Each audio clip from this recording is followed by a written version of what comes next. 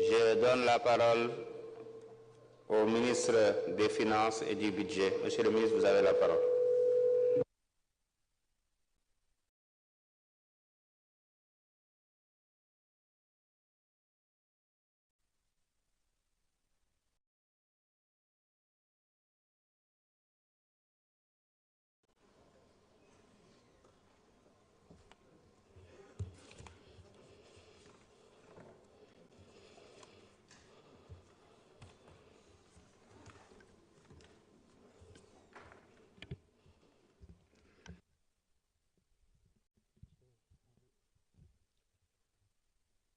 Monsieur le Président de l'Assemblée nationale,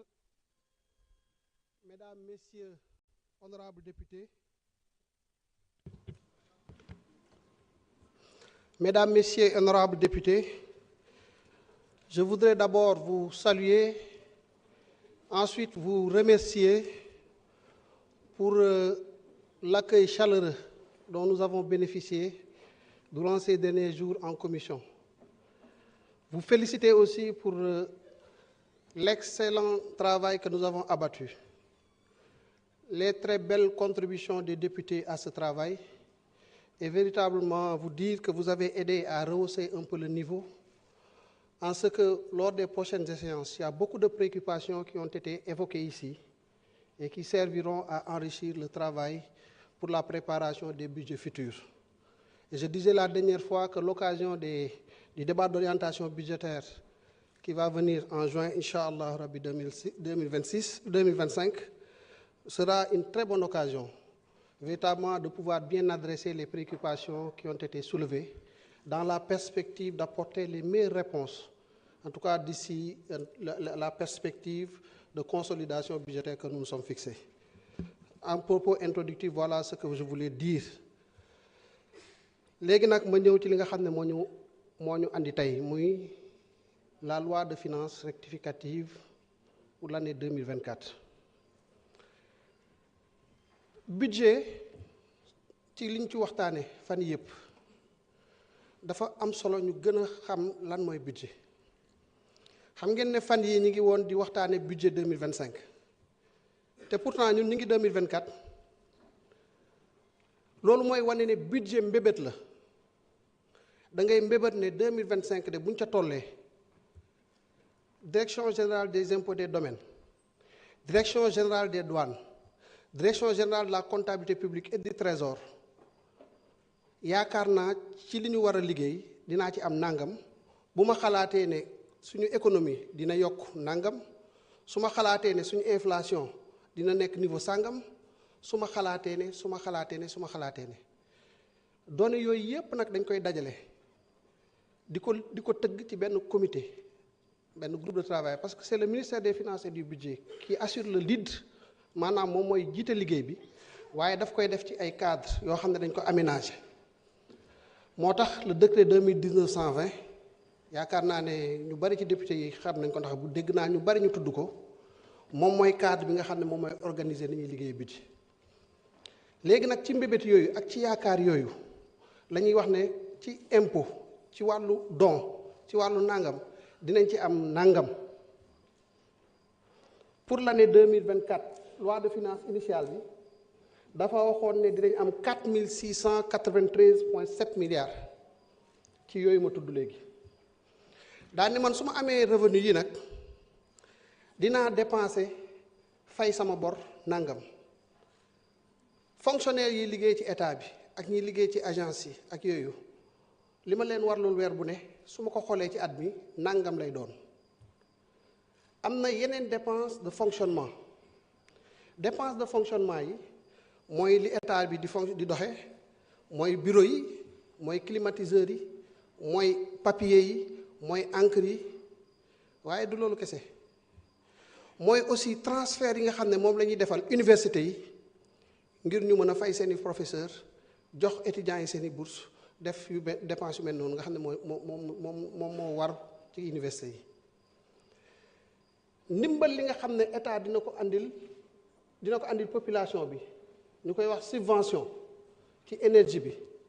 ci dund bi ay transfert la tudd mi ngi foofu ci dépense de fonctionnement li ñu tuddee dépense de fonctionnement de manière générale mais boo ko désagrégé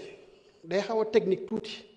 nga xam ne xëy na suñ ko waxee ñu mel ni ñoom Maguette ñaa ay soit ñoom ñoo koy comprendre ak xëy na ñenn ci député yi waaye du ñu permettre yeneen député yi ak ñi nga xam ne ñoo leen fi teg muy sénégalais yi ñu comprendre ko dans le détail moo tax dañ koy boole lépp ci dépense de fonctionnement waaye dépense de fonctionnement yi mën ngeen ko dégager en deux catégories dépense de fonctionnement yi nga xam ne état yi ñoom ñoo koy exécuter ak dépense de fonctionnement yi nga xam ne sous forme de transfert courant la nga xam ne agence yi établissement yi fonds de soutien au secteur de l'énergie FSE nga xam ne li ñuy jox ci li ñuy dimbalee ménages yi ci wàllu courant li ñu leen di dimbalee ci carburant bi li ñu leen di dimbalee ba carburant mën a jar Dakar x jar ko Fongolemi foofu lañ koy dugal ma profité ci rek répondre ci quelques questions yu jàpp ne les dépenses de fonctionnement ont augmenté pour leur dire que effectivement les dépenses de fonctionnement globalement ont augmenté mais nekkul dépenses yooyu nga xam ne ci jënd carburant la ci climatiseur la ci papier la ci encre la ak yooyu li ci yokk wax nga 190 ak et quelques milliards mais considérez ne li ñu dimbalee waatee secteur de l'énergie c'est 289 milliards loolu lu leer la loo xam ne mi ngi fi ma profité waale ci rek ci wax ne effectivement mécanisme yi ñu ko jaarale et je réponds par là à la préoccupation de l'orthodoxie budgétaire bi ñu posé violé wul les dispositions de la loi 2020-07 en aucun cas mooy loi organique relative aux lois de finances violé wu ko parce que loi boobu moo prévoir ne mën nga def loi de finances rectificative article 47 je pense l'honorable député Ayib Daffé wax na ko waaye permettre na la nga jël ay mécanismes utiliser ko pour exécuter sa dépense yooyu compte tenu de l'urgence wala compte tenu du contexte boo ci jugee nag nga ñëw fii assemblée nationale jébbal ko député yi ñoom ñooy voté bu leen neexee ñu voté bu leen neexee ñu ne ni nga kii lii wala lii wala lii léegi nag li ñu ci bëgg a wax mooy loolu mécanisme boobu c'est par le mécanisme des décrets d'avance donc loi de finances prévoir na ko sur l'énergie moom lañ def sur les élections ainsi de suite toutes les dépenses yu ñu def amul ci benn boo xam ne wàcc na yoon parce que kat ñun mënuñu ñëw ne dañoo bëgg yoon bi ñu wàcc ñu delluwaat ba noppi bu ñu ko wàccee gauche après wàcc ba yéeg après ñu wàccee ko droite déedéet dañoo bëgg suñu tegoo ci yoon bi ñu jéem a fexe des ci yoon bi du ñàkk gaa sax ne léeg-léeg nga dajeeg loo xam ne pour moytu ko di nga xaw a kii waaye ala kulli xaalin li nga xam ne ñun mooy suñu yitte mooy suñu mbébét ci niñ fas yéene doxalee mbir yi tant que ñu ngi fiy nekk mooy teg ko ci li nga xam ne moom la teg si yoonal loolu mooy li nga xam ne bëggoon naa ko tontu ci loolu moom mooy loi de finances rectificative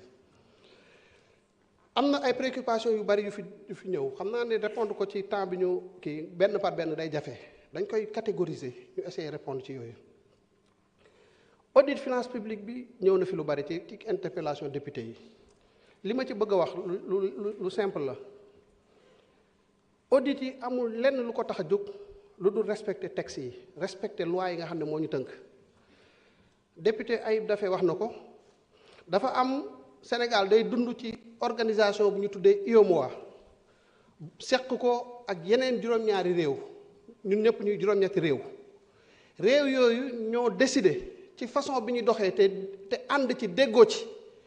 ne dañuy tëgg lu ñuy tuddee code de transparence dans la gestion des finances publiques c'est la directive numéro 1/2009 CM comme conseil des ministres de l'UEMOA du 22 mars 2009 portant code de transparence dans la gestion des finances publiques moom moo posé principe bi réew mu nekk nag da nga ko war a internaliser ce droit positif le Sénégal mi ngi ko internaliser ci benn loi de 2012-22 du 27 décembre 2012 nga xam ne ci article ci annexe bi point 1.7 moo ne gouvernement bu ñëw ci réew régime bu bees bu ñëw ci réew may nañ ko 3 mois yoo xam ne bu ci 3 mois yooyu weesoo dina tënk benn rapport boo xam ne day wax situation finance publique lu réew ma fan la toll loolu nag doyul su ko defee ba pare day jël rapport bi jébbal ko Cour des comptes saytu ko daa di wax ne li ñu gis ci rapport bi noonu la wala du noonu bi ñu defee liggéey bi man bi ma ñëwee en tant que ministre des finances on a proposé aux autorités ne voilà les dispositions yi nga xam ne dafa lii la ñu sant ñu am ci suñu déggoo ma jël ordre de mission confié à l'inspection générale des finances service su ministère bi yépp ak yeneen services yi nga xam ne nekkuñ ci ministère bi waaye mbir mi concerne leen ak banques yi ñu saytu liggéey boobu def ko dajale information yépp respecter code de déontologie respecter principe yi nga xam ne moom moo gouverner naka la ñuy saytoo wàllu budget wàllu xaalis ci am réew biñ ci paree ñu constaté parce que ñun ay techniciens lañ rek au niveau du ministère des finances et du budget ay sénégalais ñoo fa nekk comme ñu toog fii ñoo xam ne dañoo am lu ñu jàng ñu am lu ñu yaakaar ci ñoom ci xam-xam ñu confier leen ay mission ñu koy doxal ci ni leen koy confier bi ñu paree ci liggéey boobu ñu constaté ñun ne li nga xam ne mooy statistiques yi ñu doon communiquer sur les finances publiques am na benn décalage bu ci am ak li ñu gis ci suñu rapport loolu rek mooy mbir bi ñu gis ne ci wàllu recettes yi am na ay constatations yu ñu ci mën a def ci wàllu dépenses yi am na ay constatations yu ñu ci mën a def ci wàllu marché public yi am na ay constatations mais ci wàllu financement am na aussi ay constatations yu ñu ci def waaye yooyu yëpp bu ñu ko tënkee ci wàllu statistique des finances publiques nga xam ne statistique day dajale lu bari tënkal la ko ci lenn rek nga xam ne boo ko xoolee di nga xam lu bari lu nekk ci ginnaaw ñu gis ne kon écart yi fondamentalement ci déficit budgétaire bi la nekk ak ci suñu niveau d'endettement déficit budgétaire mooy su ma amee junni ne lii mooy sama revenu ma war a dépenser junni ak ñaar fukk yooyu ëpp ci li ma am loolu lañ tuddee déficit loolu nag pour mu mën a am faw nga dem uti foo lewee ku la àll ba nga faj sa soxla boo gënee jekk nga delloo ko kon déficit budgétaire mi ngi noonu financement mooy fi ngay jaar pour ñu àll la ba liñ la àll nga mën a faj sa soxla bi nga xam ne sa xaalis matewu ko boo gënee jekk ni nga delloo loolu moom mooy constatation yi ñu def loolu lu ñu àll nag bi ñu ko dajalee xaw naa diis lool ndax bor tamit bu ko nit di def day fexe ba bor bi mu nekk loo xam ne du compromettre les générations futures du compromettre ses capacités d'action pour les années à venir liggéey boobu def nañ ko résultats yi partagé nañ ko ak autorités yi bi ñu ko partagé ak ñoom ba pare nag ñun en tant que technicien ñu ne leen def leen dànk léegi nag situation bi garaaw na garaaw boo xam ne liñ jot a wax ak suñu partenaires yi muy partenaires yëpp ñi ñuy lebal muy FMI Banque mondiale muy investisseurs privés yi bi ñu wax ak ñoom yeneen lañ leen waxoon du lii te bis bu ñu leen waxee ne lii mooy situation bi pour des raisons de transparence lii mooy li ñu ciy xaar FMI mënoon naa jóg sur 30 jours yi ci topp ne li ma leen mësal lebal lépp te fayagoo leen ma ko fay leen ma ko léegi Banque mondiale mënoon naa def loolu partenaires yi ñu lebal yëpp mënoon na def loolu nga xam ne man ministre des finances sama responsabilité woon bi ma tegee lii ci kanamu kilifa yi ma tegal leen lii nag ci kanamu kilifa yi nee nag léegi yéen a xool yéen a yor baat bi yéen a xam nu ngeen di doxalee ma toog di leen déglu biñ ko defee taxuñ sax di xalaat dañ ne ñun partenaires yi baax nañu kuñ ci war a ànd dinañ ci ànd ak yow waaye réew mi suñu Sénégal dañoo def confiance am lu ñu dénk te responsabilité bi li ci jiitu mooy li ñu dénk ñu wax leen ne fii lañ ko fekk donte am na leneen lu mën a kii léegi nag nañuy def suñuy pexe waxtaan ak ñi ñu ko seqal luñ ñu teg ñu xam ne loolu la ñun ñu takk suñu digg xam ne foofu la ñuy tàmbalee jéem a jëm kaw loolu moo am et ça c'est un courage qu'il faut saluer biñ ko waxee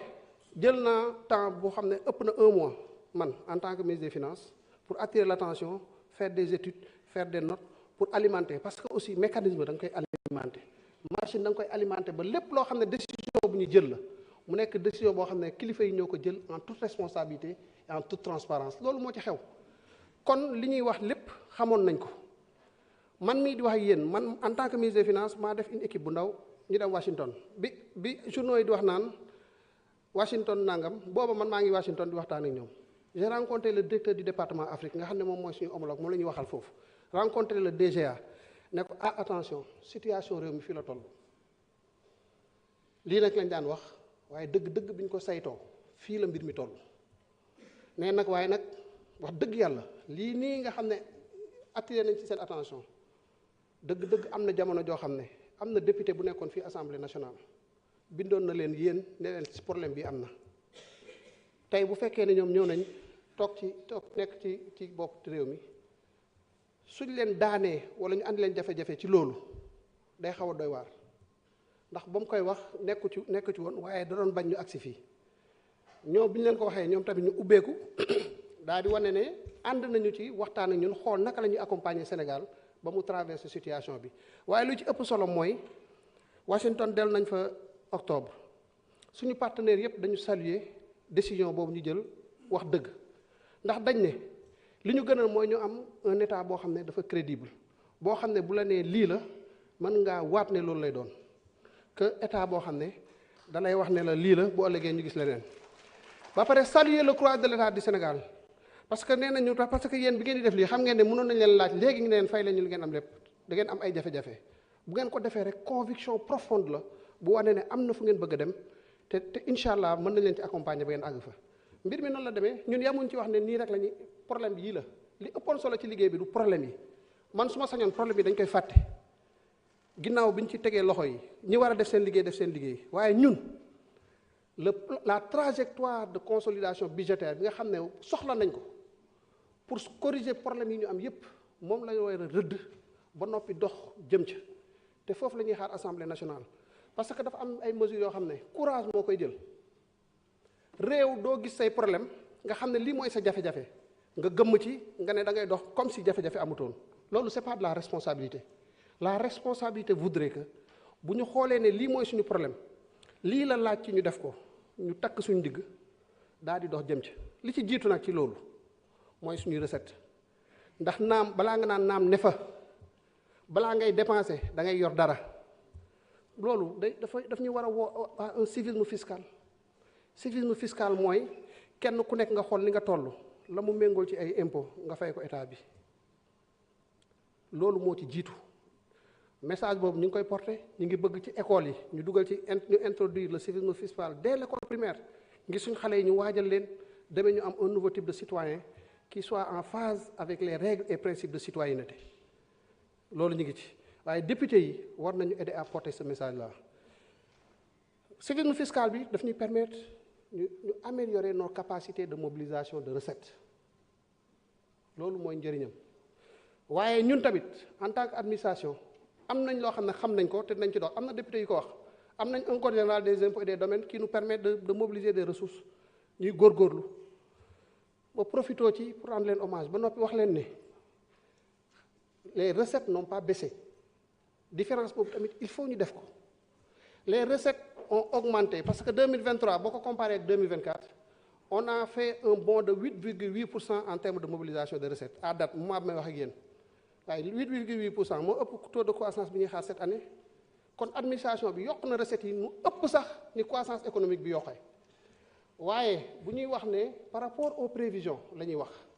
dañoo njortoon ne dinañ am junni waaye ñu gis ne xëy na suñu njort nag fi ñu ko tegoon dëgg-dëgg dañ koo tegoon xëy na suñu bànneex wala dañ ko tegoon ci leneen ay yaakaar yoo xam ne xëy na yu wër la woon waaye bi ñu accès ci date bi nag gis nañ ne wax dëgg yàlla yaakaar yooyu ñu amoon matut niñ ko bëggee woon loolu rek mooy question de sincérité budgétaire foofu lay amee sens léegi fi muy amee sens mooy ñu xool li ñu yaakaaroon ak li ñu am ban différence la am différence bi dafa rëy ba toll ba jéggi dayoo lan moo war a tax ci argument yi ñu taxawoon yi ñu tegoon suñu tànk ci hypothèse yi nga xam ne moom lañ fondé woon suñu prévision lan moo fi xew loo xam ne lu mën a justifier écart bi la su fekkee ne dara lu mën a justifier écart bi amu fi su boobaa dañuy xam ne dëgg-dëgg kon sincérité budgétaire dafa posé wu parce que xëy na bi ñu koy def xamoon nañ ne amuñu argument yëpp ak yooyu te loolu nag liggéey bu solo am solo dinañ ko ci defal pour corriger yooyu xalaat nañu am benn entité moo xam autorité lay doon wala kii consultatif boo xam ne nag ginnaaw bu techniciens yi liggéeyee ñoom dañuy saytu les statistiques des finances publiques nga xam ne entité boobu ñun xalaat nañ ne président de l'Assemblée nationale mën na cee bokk fekkante fa ak président de la Cour des comptes ñu tànn ay député tànn directeur général budget directeur général de la comptabilité publique et trésor ainsi de suite ANSD DGPPE ñooñu bu ñu fa nekkee ak xam-xam bi ñuy am dimbale aussi les autorités politiques ñuy saytu ne statistique lii bii ñu waxoon yan woon na maanaa wala yan wut maanaa loolu dinañu dimbale ba ni ñuy doxee ci mbir mi mu gën a jaar ci yoon loolu rek mooy mbir mi. recettes yi moom jàpp leen ne code général des impôts code général des douanes janvier février liggéey bi tàmbale balaa ñoo dugg avril wala balaa ñoo sori ci avril war nañoo am ay idées yu gën a leer ci ban code général des impôts la ñuy am ndax code général des douanes boobu méngoo na ak économie bi méngoo na ak transaction yi ni muy demee ndax mi ngi jël en compte les secteurs véritablement qui portent la croissance économique au Sénégal liggéey boobu ñu ngi ciy dem terme de référence yi defar nañ ko comité yi ñu ngi liggéey commencé xool naka la ñuy déployer woo pour moo kii loolu moo ñuy andi xaalis du ñu am foofu dañuy def digitalisation mooy xarala yu bees yi naka la ñuy fexee ba tey impôt douane trésor interopérabilité entre les systèmes commerçant bi dem dédouané fële ci direction générale des impôts de domaine bu ñëwee comme moom dafa am ci buntu bu muy jaar faaw ñu teg ko loxo ndax conteneur bi mu yor pour mu génn il faut moom fu mu jaar bu fa ñëwee di jaar ñu xool ba xam moom nekk na en règle wala nekkul en règle bu fekkee groupement la ñan la ko seqal pas pour sonal leen waaye ñiy yëngatu ci réew dañ leen war a xam aider leen à la formalisation dañ leen war a xam accompagner leen à travers des centres de gestion agréés pour ñu xam lan mooy fiscalité lan mooy njëriñam ci réew ak ñoom naka la ñuy fexee ba gën a mën a contribuer à l'effort de consolidation nationale. Voilà ce que nous comptons faire dans le secteur de la mobilisation des recettes. Dépenses yi bari nañu trop am nañ solo waaye xëy na am na liggéey boo xam ne war nañ ko ci mën a def en termes de rationalisation. Sur la dette publique la ñuy commencer mooy suñu bor yi diis na wax ngeen ko fii yéen ñëpp gis ngeen ko on est à plus de 3 000 milliards de service de la dette bu ñu jëlee principal bi ñu remboursé ak intérêt yi. Il y a un travail à faire à ce niveau-là bor la waaye loolu la ñuy tuddee la gestion active de la dette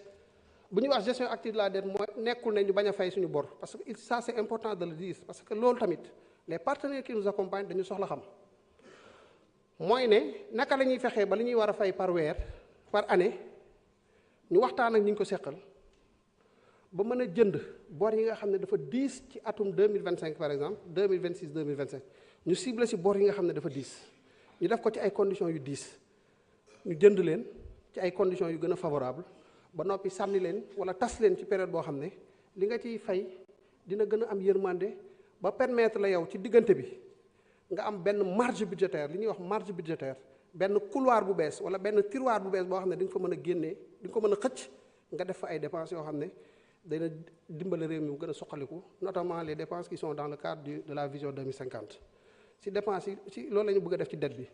ci masse salariale bi diis na lool bu ñu waxantee dëgg respecté tuñ sax le critère de convergence de l'UEMOA bu bëgg que ne la masse salariale comparée aux recettes fiscales mu nekk autour de 35% respecté tuñ ko depuis 2022 lu ko waral mooy ne à partir de 2022 bon bien avant gisoon nañ ne suñu masse salariale mi ngi yokk ci rythme bu xaw a am doole waaye à partir de 2022 dafa jël benn quand même peut-être le mathématicien yi mën a woowee point d'inflexion maanaam dafa jékki-jékki rek mu jël ascenseur bi léegi nag naka dañuy def ba comprimer ko ay perspectives de recrutement la dañuy xool ci recrutement yi ñu envisagé yëpp lan moo ci mën a xaar lan mooy lu urgent ñu kii en attendant ñuy développer suñu capacité de mobilisation des ressources qui nous permettront véritablement de faire face sur les dépenses de fonctionnement liggéey bi tàmbale na xëy na jaruma ci dellusiwaat sur les dépenses d'investissement tirage sur ressources extérieures dafa bari waaye il faut ngeen xam ne ay financement la yoo xam ne négocier nañ ko mu war a permettre ñu faire face à nos engagements vis-à-vis du peuple sénégalais financement yi tirage extérieur yi ay financement yu baax la yu concessionnel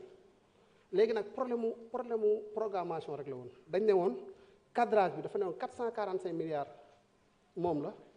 ñun bi ñu gisee exécution yi ñu gis ne on est à 1135 milliards li ko waraloon rek mooy daf ci amoon loo xam ne daawuñu ko communiquer daawuñu ko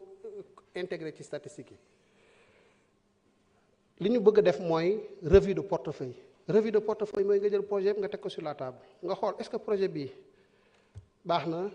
par rapport ak les nouvelles orientations des autorités est-ce que dinañu permettre fi ñu bëgg a dem ñu àgg fa su dee waaw ñu àggale su dee ne xëy na baax na waaye am na autorités yu bees am nañ yu gën a far su boobaa dañuy réorienter financement yooyu rek jëmale ko feneen mu financer d'autres projets du plan dans un premier temps dina xaw a inverser la trajectoire véritablement de souveraineté du financement de nos investissements, mais à terme, à l'horizon 2027, on va inverser le solde net de gestion, qui est une statistique qui nous renseigne sur la souveraineté de notre politique budgétaire. Loolu ay considérations d'ordre général la pour ñu comprendre léegi nag am na ay questions factuelles comme li des ci temps bi bariwul am na ay questions factuelles yoo xam ne aussi il faut ñu apporter ci ay réponses. Augmentation des salaires de la présidence de la République question la bu ñuy poser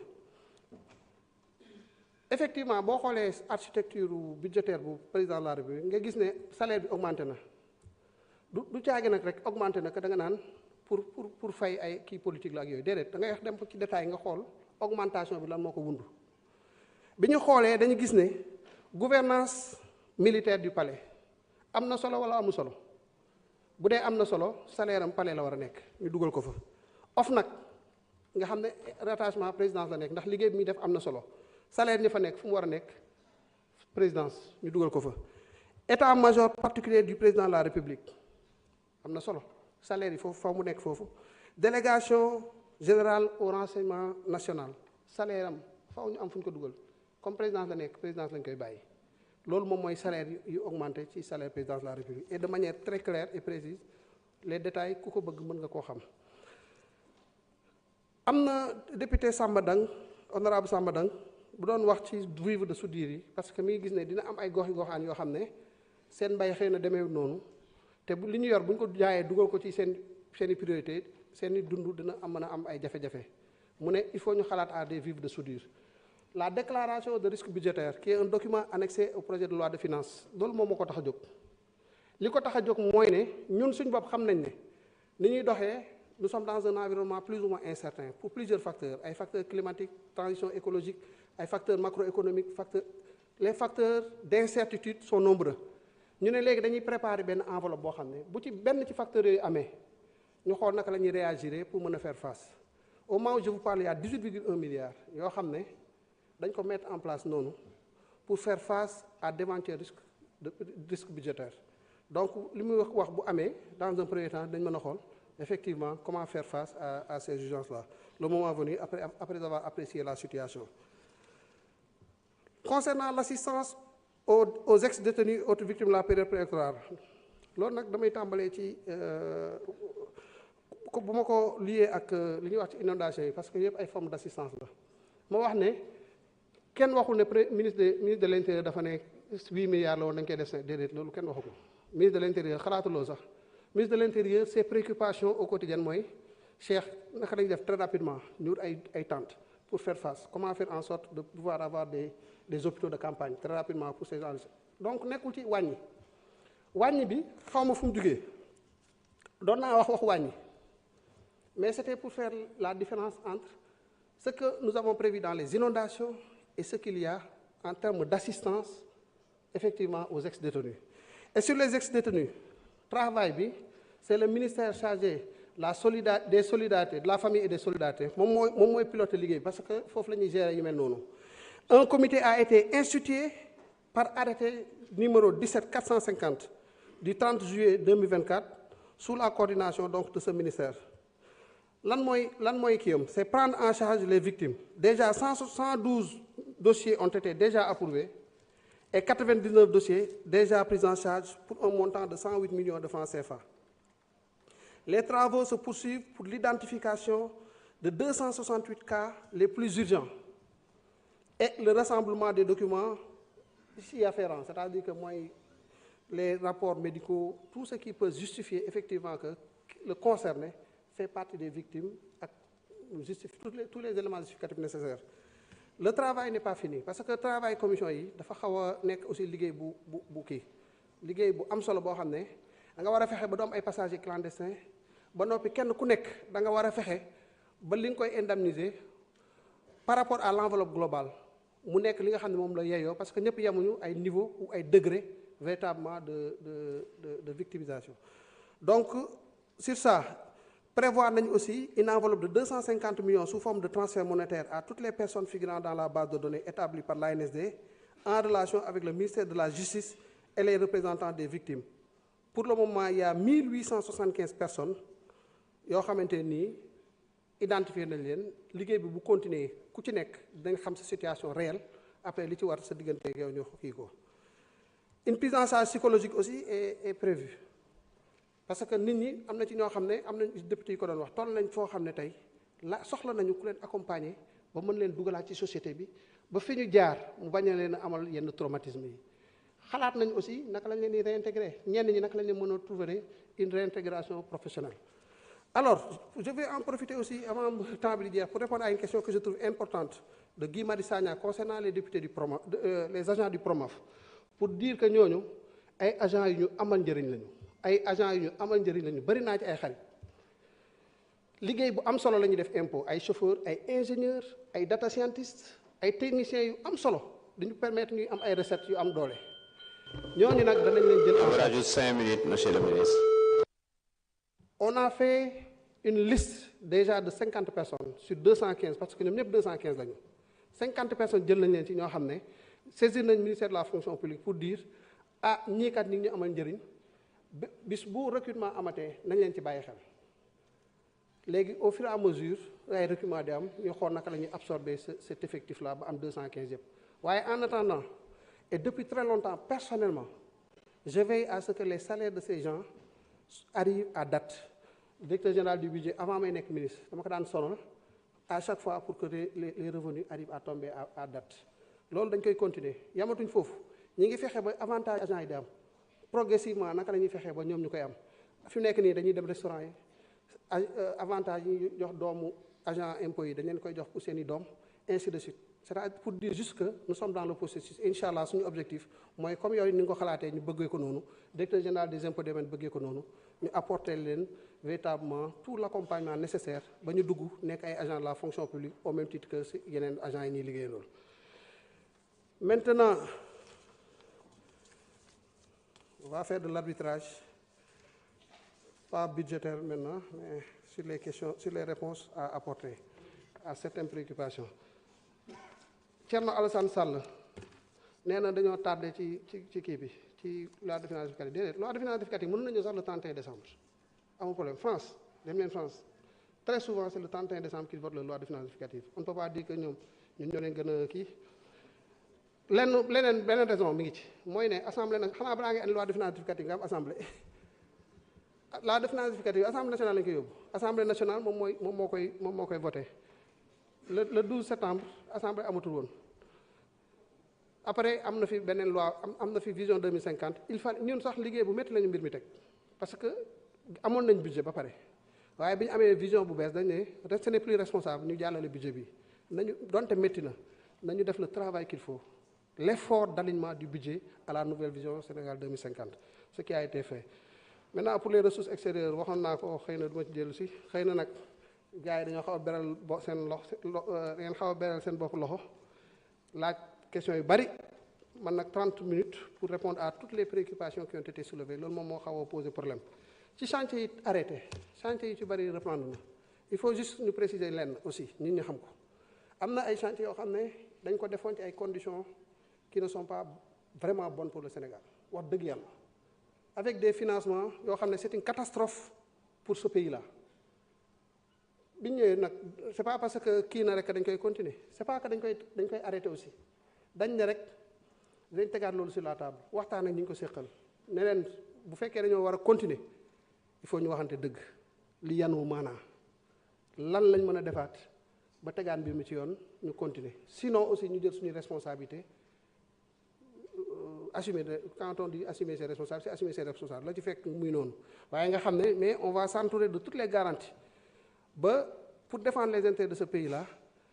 beneen lu loo xam ne luy diis lay doon luy ñëw tegwaat ci mbir mi bañ cee am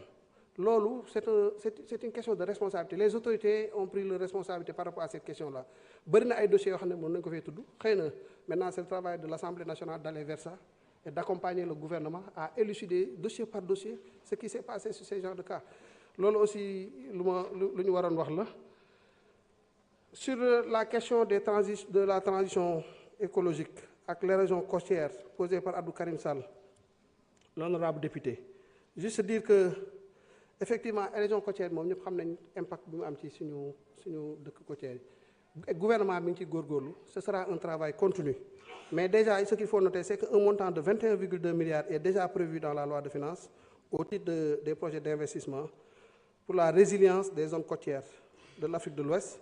6,5 milliards et le projet relevant d'urgence de résilience à Saint-Louis 14,7 milliards donc yooyu boo ko boolee moom moo ñuy jox les 21,2 milliards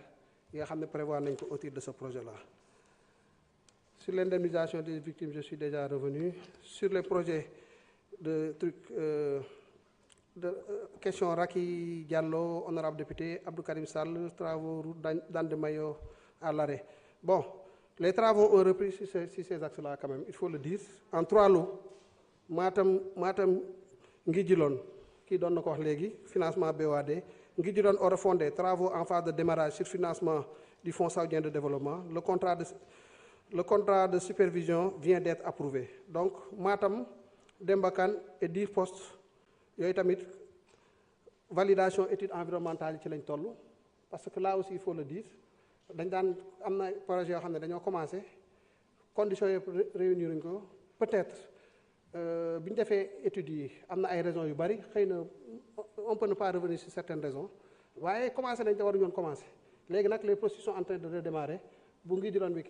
l'honorable député confirmé na commencé na yi ci des dina commencé incha allah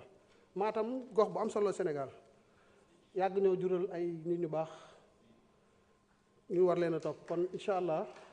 lu war ci Matam comme lu war ci Ziguinchor wala war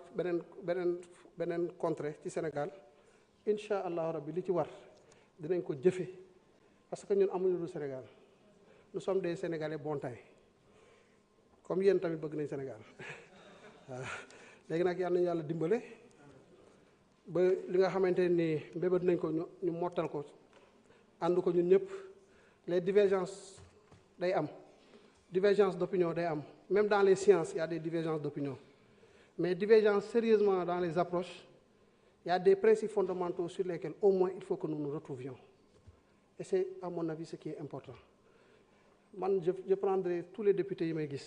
kenn ku nekk loo ñu mën a apporter ñu def en sorte que ñu jël ko pour le bien du Sénégal parce que à la fin de la journée ce n'est pas le Pastef à la fin de la journée ce n'est pas le Benno Bokk Yaakaar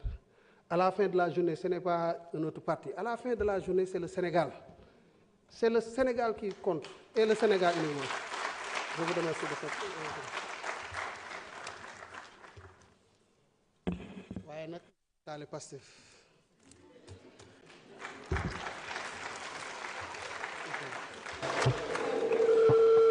Merci beaucoup, Monsieur le ministre Cheikh Diba, ministre des Finances et du Budget. Je vous remercie.